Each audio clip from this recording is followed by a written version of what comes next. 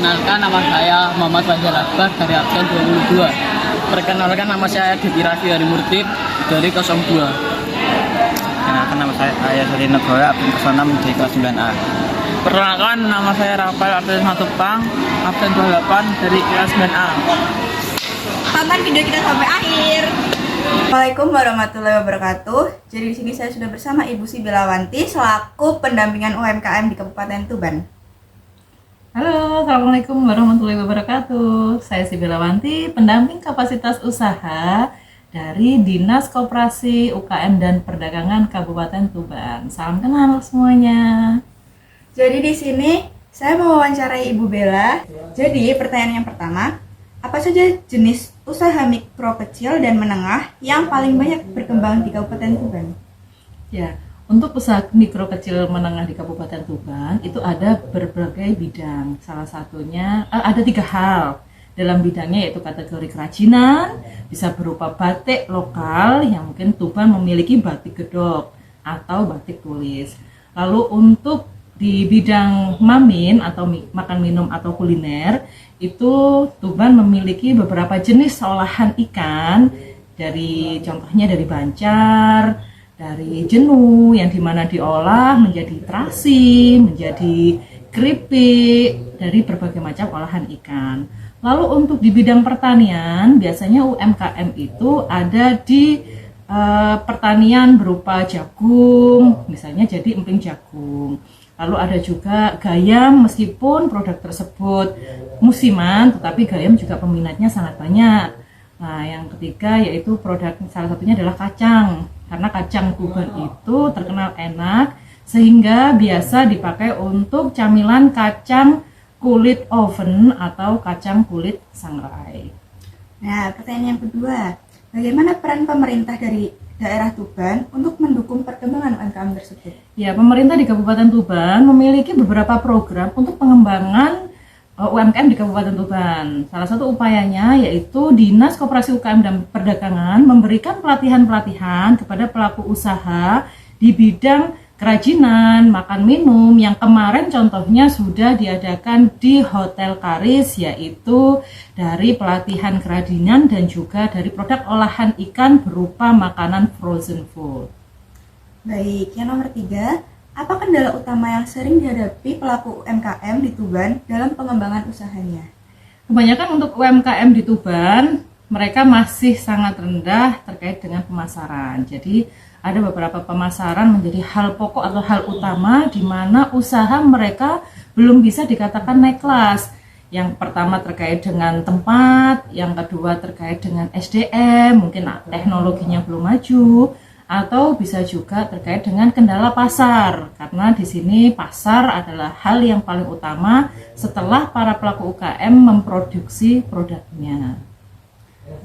Baik, yang keempat, bagaimana pengaruh teknologi digital terhadap kemajuan UMKM di Tuban? Untuk kemajuan teknologi UMKM di Tuban, ketika pelaku usaha itu berada di usia yang masih produktif dalam artian melek digital, mereka akan bisa memanfaatkan program digital tersebut dengan baik, mungkin melalui pemasaran melalui IG, Facebook, ataupun dengan TikTok.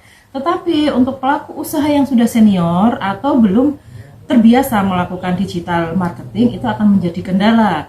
Sebab itu untuk pelatihan yang harus diberikan juga adanya digital marketing oleh semua pelaku usaha di berbagai usia.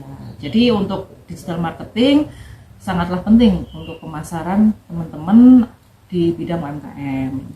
Jadi Jadi anggota UMKM itu udah memanfaatkan media sosialnya untuk promosi dan penjualan produk. Iya, jadi media sosial sudah sangat berpengaruh untuk promosi dan penjualan produk. Sehingga dari dinas juga memberikan beberapa wacana, bahkan kita juga sering melakukan webinar atau Zoom meeting beserta pelaku usaha, memberikan informasi, sosialisasi tentang adanya digital marketing oleh pelaku usaha. Bagaimana peran Dinas Kopumdak dalam membantu pelatihan dan pemodalan bagi UMKM? Untuk pelatihan dan permodalan, untuk pelatihan biasanya kita bekerja sama dengan provinsi atau bisa dari program-program pemerintah Kabupaten Tuban, yaitu di berbagai kegiatan, semisal adanya pelatihan manajerial, di mana teman-teman pelaku usaha diberikan bimbingan, diberikan pendampingan dalam memanage usahanya.